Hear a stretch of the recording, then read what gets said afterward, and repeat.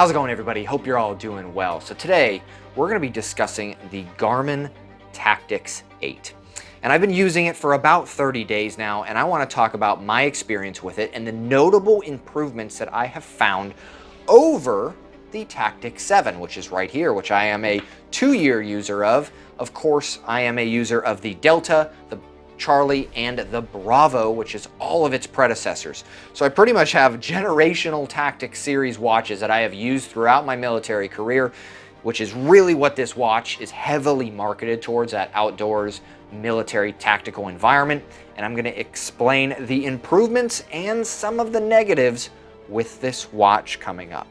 So, of course, we're going to dive into the first thing everybody wants to know. I am not paid by Garmin. I get to say whatever I want. These watches came straight out of my own bank account. All of them did. I was not paid by them to say anything, which is cool. As I'm an independent YouTuber, I get to say literally whatever I want. So let's dive into the first is the improvements that I have noticed.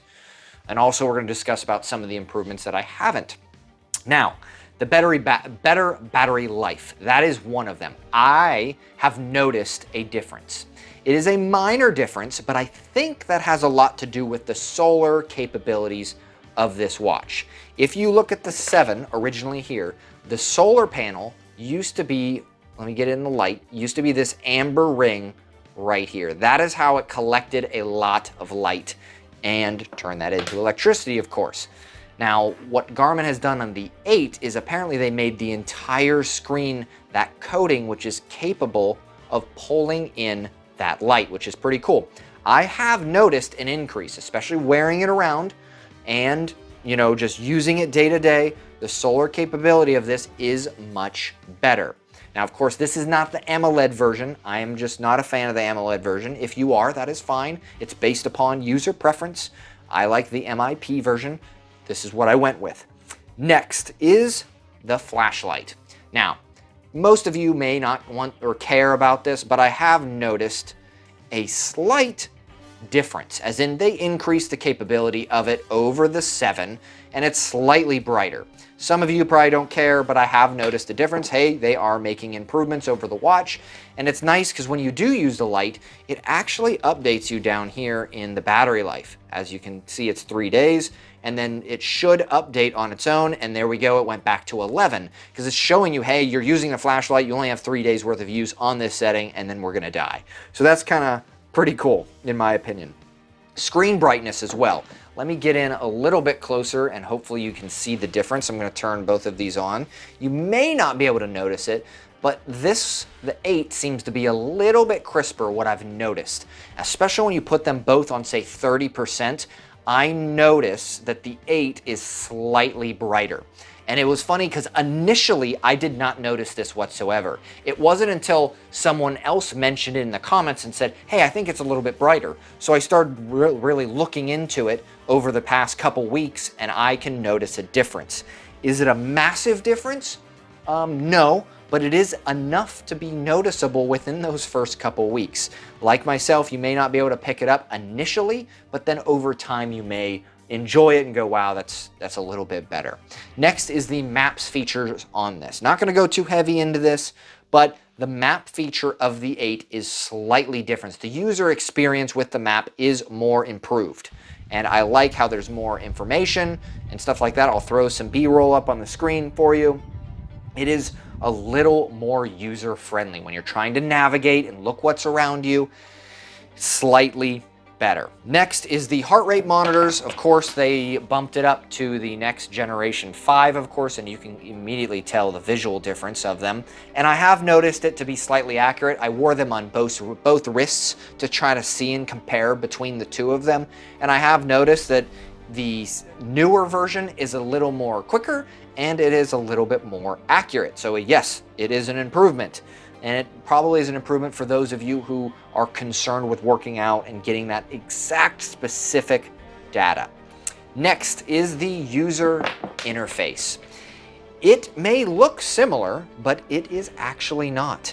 It is set up similarly, and they've changed it slightly around. Now, of course, one of the noticeable things is it's just slightly better as in, moving around. And I'll give you an example of this. When you go up to the top and hit and you want to get into your widgets and stuff, the Tactix 8 now has a different setup. As soon as you hit that top right button, it kind of goes into a more folder style, as in, okay, I want to go down, maps is immediately there, and then you have more features of the watch itself in this category. Now, if you want the other apps, you're going to go over to this right here, you're going to tap it, and then you're going to be immediately in. We just went into rucking, which the touchscreen, which we'll discuss that here in a minute, but that'll get you right into your apps. Originally with the 7, right, you would just hit the top right button up here and boom, it sends you right in. Not that big of a notable difference, but again, the user interface is slightly different, and I would say it's an overall improvement. Next is going to be the microphone. Of course, this is massively competing against Apple Watch, and I would say at this point in time, this watch is an improvement of an Apple Watch for sure. Now you can call, you can text, and when you're linked with your phone, it'll do pretty much everything an Apple Watch will. Now, this does not have built-in, your LTE, or, it doesn't have its own carrier service in it. You have to be linked with your phone, but I would say, man, this thing is giving Apple a run for its money, which is interesting, as you always see the Garmin as the fitness tracker that is acting more like a smartwatch, and the Apple is always a smartwatch that's trying to be a fitness tracker. So Garmin is really honed in on their fitness abilities, which I agree, and has really propelled it forward. That is why it's tough to go to an Apple Watch these days. Some of you users out there are gonna say, oh my gosh, you're biased and stuff. Yes, I do like Garmin. I have tried the Apple Watch. I'm not enthused with it, but I do know it's massive in sales. I'm just going off a bias and personal preference here.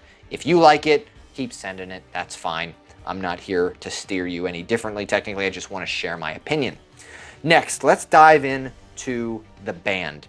This is pretty much one of the other or last notable features that I've noticed is they did upgrade the silicone band. This one's gonna be a little bit harder to show on camera, but I think, or I know so, that they put more, recesses into this. As in, it doesn't slip off when you actually rotate this around and then say put it in the keepers. It has a less chance of like flipping out and then you have a tail kind of flapping around all over the place. They've recessed it more to kind of keep it in there really well. Now, of course, you can see this is the older band, but you can't compare it too much because you can literally see the wear. Look at this narrow spot that I've worn. I've worn this watch, the 7, so much in 2 years that I'm starting to wear the silicone band into a different shape. So I would say it is a notable upgrade on the 8. It just feels different, but again, I'm comparing it now to what it was, so take that for what it's worth. Now the downsides of this watch that I have noticed, and they may be downsides for some, but they're fairly minor, I guess, in my opinion. First off, we're going to be talking about the buttons. The buttons on this are different. They are not tactile like they used to be, and there is a reason for that. The 7 to me just has a much better pronounced button click. It feels like a clicky pen when you touch it, and that's what I liked. I like that user interface or that user feel, as in when I'm clicking it, I know I'm clicking it, I know it's going to change the watch. The reason they did away with that, and they didn't intentionally, but it is now dive rated.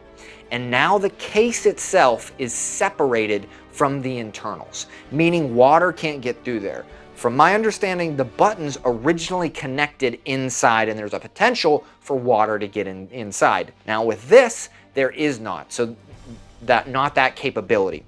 So they went with an electronic face. So like in a way when you're hitting these buttons, it's an electronic connection from what I understand. It's no longer the tactile. And if you don't click it just right, you won't get a that feel, and it just feels differently.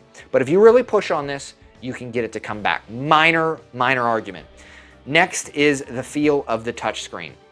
I find it to be slightly worse, and that is probably because of the solar capabilities from this to that. Is it a deal breaker? No, it is not. It's just I have noticed it doesn't pick up as well on moving your finger around, but it's so negligible in my opinion. The only reason I honestly noticed it is because I used the 7 so much going to the 8.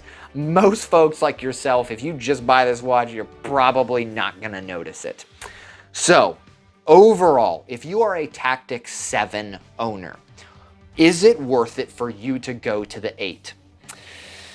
Here's my reasons why it may be, and that is because of the phone capability and the slight user upgrade. The battery life, negligible, flashlight, screen brightness, all those are kind of, I would say, minor in my opinion, but it is nice to be able to make phone calls and stuff through the watch. It's definitely comparable, again, to the Apple Watch.